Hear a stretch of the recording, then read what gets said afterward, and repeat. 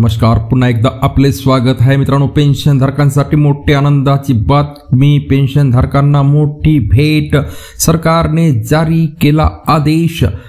त्याबद्दलची सविस्तर अपडेट आपण व्हिडिओमध्ये घेऊन आलेलो आहोत। त्या मित्रांनो व्हिडिओ शेवटपर्यंत पहा। चॅनलवर नवीन असल्यास मित्रांनो आपल्या चॅनलला सबस्क्राइब करायला विसरू नका।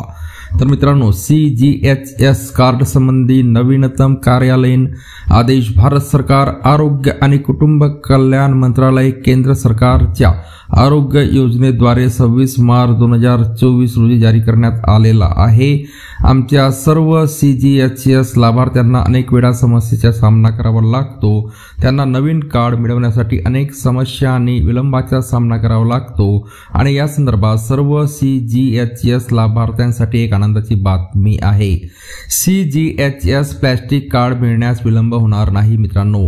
CGHS चे नियम बदललेले आहे। CGHS कार्डचे ट्रॅकिंग आणि कार्ड बनवण्याच्या प्रक्रियेला गती देण्यासाठी केंद्र सरकारकडून आदेश जारी करण्यात आलेला आहे। नवीन नियमानुसार CGHS कार्डची छपाई प्रत्येक अतिरिक्त संचालकाकडून केली जाईल।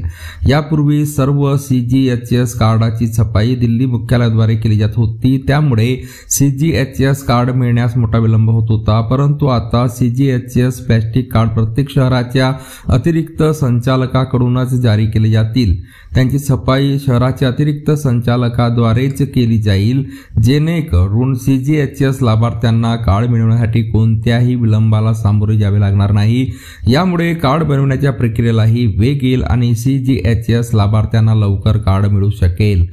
CGHS डुप्लिकेट कार्ड सुद्धा सहज उपलब्ध होईल मित्रांनो।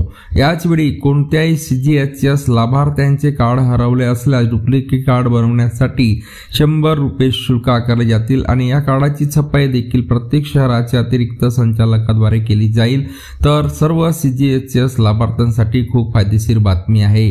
तर मित्रांनो ही आनंदाची बातमी आपल्या पेन्शनधारक मित्रांना शेअर करायला विसरू नका। पुन्हा भेटूया मित्रांनो पुढच्या व्हिडिओमध्ये नवीन अपडेट घेऊन। तोपर्यंत धन्यवाद।